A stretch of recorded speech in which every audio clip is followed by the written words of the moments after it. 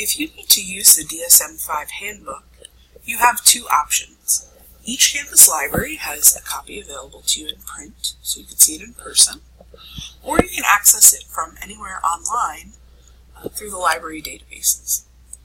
I've already logged into Atlas and clicked Search the Library, so the library catalog is open here.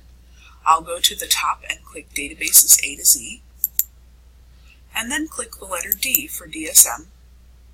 At the bottom of the list, you'll see DSM-5. The DSM-5 database can be a little bit tricky to use. The handbook is only part of the database, so it can be difficult and confusing if you try to use the search feature here. The database also includes articles and journals from the American Psychiatric Association, so searching the name of a disorder may yield hundreds of results.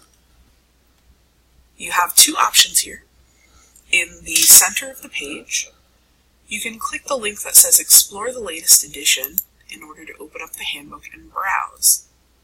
This helps if you know a little bit about your disorder, and you can go through the table of contents and try to predict where your disorder might be featured within the handbook.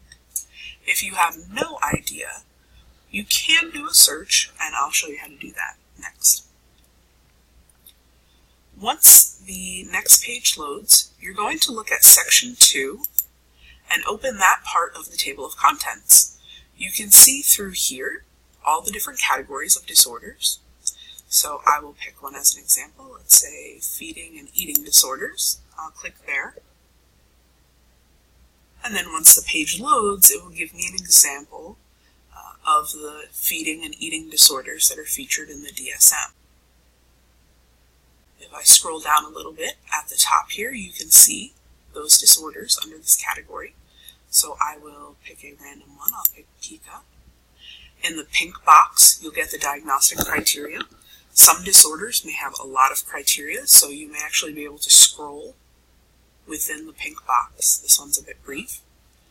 Beyond that, you'll see the diagnostic features, things like prevalence, any possible culture-related or gender-related issues,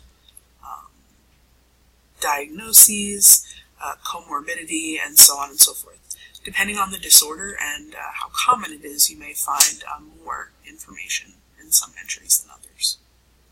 So that's how you can browse for an article. I'll also show you how to search. So I'm going to stick with pica, and I'm going to type that in the top search bar, and click search.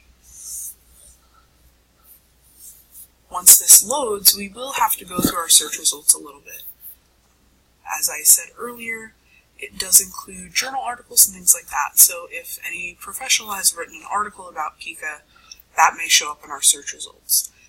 But it's pretty easy to use some of the facets or limiters on the left side of the page once it loads to limit our results to those found in the DSM handbook instead of all mentions of pica on the entire database. So here on the left side under publication, you'll click DSM library, and again that will readjust your search results to the mentions that are found in the DSM handbook. So I can see here at my top one, feeding and eating disorders. That was our category in the handbook. And you can see the source here, the DSM, Diagnostic and Statistical Manual of Mental Disorders. So if I click feeding and eating disorders, it should take us back to that category where it'll show us those 5 or 6 disorders at the top of the list. And from there, we can go to pica, just like we did when we browsed.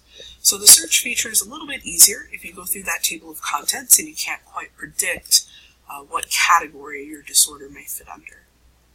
So now that it's loaded, you can see it kind of took us right back to the other place. So I can again click pica and read about it. The DSM database is extremely helpful. Again, it's convenient. You don't have to come to campus. The only downside is that it is one of the databases that will not give you an APA citation, so you'll have to manually create a citation for anything you find in the DSM-5. On our class guide, the link where you're watching this, there is a tab for APA citation help, and you'll see a link there to help you cite anything from the DSM handbook.